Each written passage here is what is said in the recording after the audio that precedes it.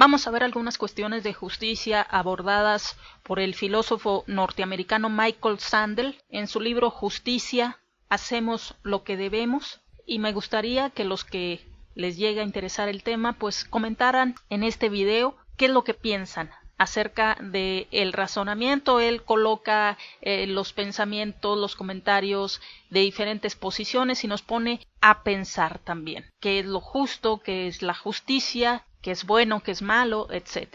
Y empieza en su libro relatándonos que en el 2004 el huracán Charlie pues prácticamente devastó a la Florida, señalando que pues murieron varias personas y los daños ascendieron a 11,000 millones de dólares. Tras esa situación donde Florida quedó devastada, pues se dieron una serie de abusos y nos señala varios ejemplos, que desgraciadamente es lo que sucede en nuestros países también, no es exclusivo de los Estados Unidos, yo no sé si en todos, pero en la mayoría de los países tras un desastre natural también viene como consecuencia los abusos, el pillaje, los saqueos, etc.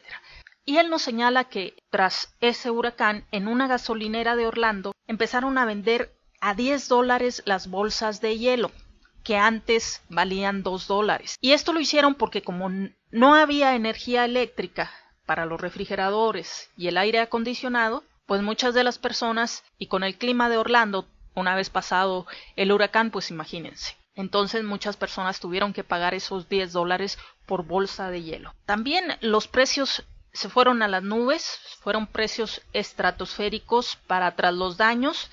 Por solo retirar 2 árboles del tejado de una casa se pedían $23,000. Las tiendas que vendían pequeños generadores domésticos de electricidad en $250, tras la tragedia los empezaron a vender a $2,000. Y señala este caso, que es el más fuerte, que a una mujer de 77 años que huía del huracán con su anciano marido y una hija discapacitada, le cobraron $160 por noche por una habitación de motel que normalmente tenía un costo de $40. Claro que esto empezó a generar la molestia, la indignación de las personas, y Charlie Crist, el fiscal general que llegaría a convertirse en gobernador de la Florida, también estaba molesto y manifestó que estaba asombrado de hasta dónde debe de llegar la codicia en el corazón de algunos para que pretendan aprovecharse de quienes están sufriendo por un huracán. Ahora bien, en el estado de Florida,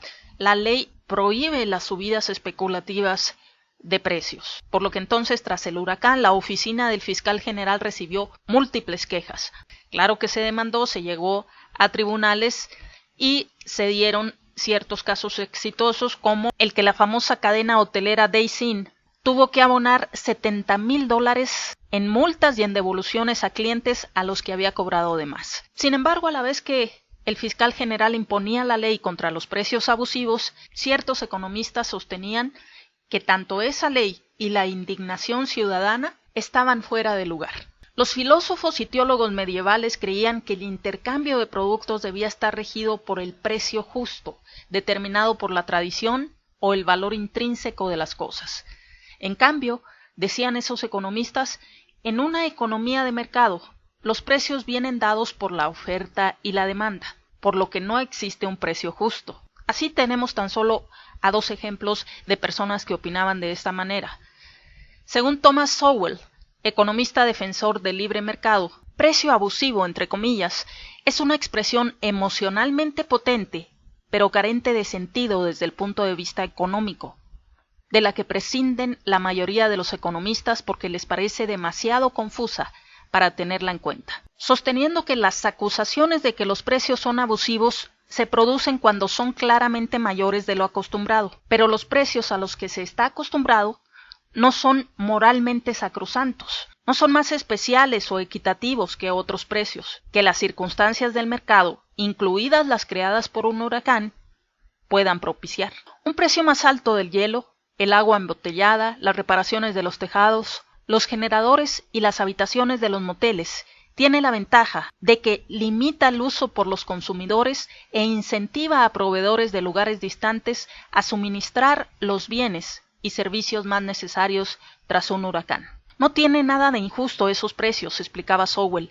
solo reflejan el valor que compradores y vendedores deciden darles a las cosas que se intercambiaban. También Jeff Jacoby, columnista que aboga por el mercado, señaló lo siguiente: no es abusivo cobrar tanto como el mercado pueda soportar. No es codicioso o desaprensivo. Así es como se asignan los bienes y servicios en una sociedad libre. Reconocía que las subidas bruscas y transitorias de precios despiertan la ira, sobre todo en aquellos a los que una tormenta mortífera ha sumido en una vorágine, pero la cólera de la gente no justifica que se interfiera en el libre mercado. Al dar incentivos a los proveedores para que produzcan en mayor cantidad los bienes que se requieren, los precios aparentemente exorbitantes hacen más bien que mal. Su conclusión: demonizar a comerciantes y proveedores no acelerará la recuperación de Florida. Déjeseles que procedan según su voluntad empresarial. Ante estas declaraciones, el fiscal Crist publicó un artículo de opinión en el periódico de Tampa donde defendía la ley que prohibía las subidas especulativas de precios, manifestando: cuando hay una emergencia, el gobierno no puede quedarse a un lado mientras se les están cobrando precios desaforados a quienes huyen para salvar la vida o quieren, tras el huracán, cubrir las necesidades básicas de sus familias. No se trata de la situación normal del libre mercado en la que los compradores deciden libremente, por su propia voluntad, acudir al mercado para encontrarse allí con quienes venden por su propia voluntad también, y acordar con ellos un precio basado en la oferta y la demanda. Un comprador, sujeto a coerción por una emergencia, no tiene libertad. Forzosamente ha de adquirir lo que necesita, por ejemplo, un alojamiento seguro. Ahí está pues la cuestión. Y le repito, desgraciadamente en la mayoría de los países sucede también estos actos de rapiña, de pillaje. Por ejemplo, yo soy de un estado del norte del país. Hace algunos años sucedió que en un invierno bajaron las temperaturas extremadamente. Amanecimos a menos 14 grados centígrados, temperaturas a las que hacía muchísimo tiempo no estábamos acostumbrados. ¿Qué sucedió? Pues que se reventaron muchas tuberías en la ciudad y en otras partes del estado. Y ahí sí no hubo discriminación, tanto en colonias ricas como pobres. Una buena cantidad de personas sufrimos el que se rompieran las tuberías. ¿Qué se necesitaba entonces? Pues material, plomeros.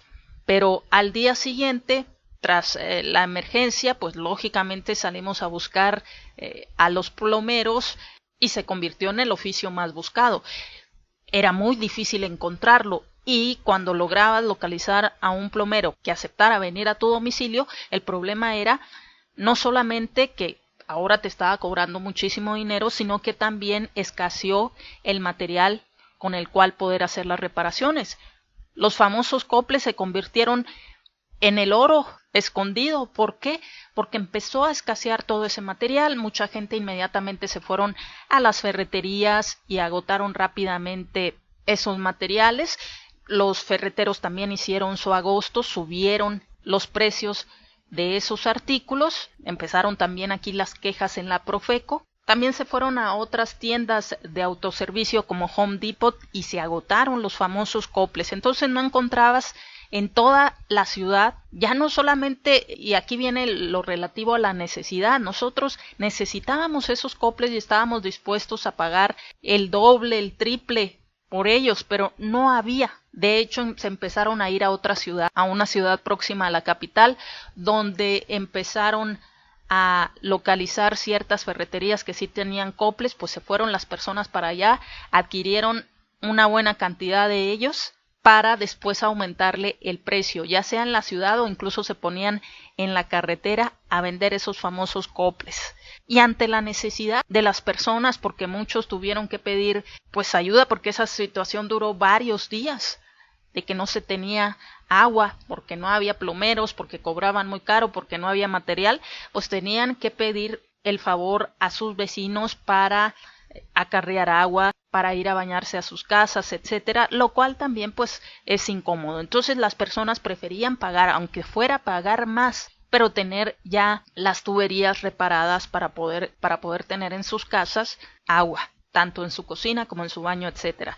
De hecho, el gobierno mandó traer del centro del país material, los famosos coples, pero también Venían en camiones, entonces iba a tardar varios días en llegar a la capital ese material. Ya para cuando llegaron, pues ya también ya se había regularizado un poco la situación.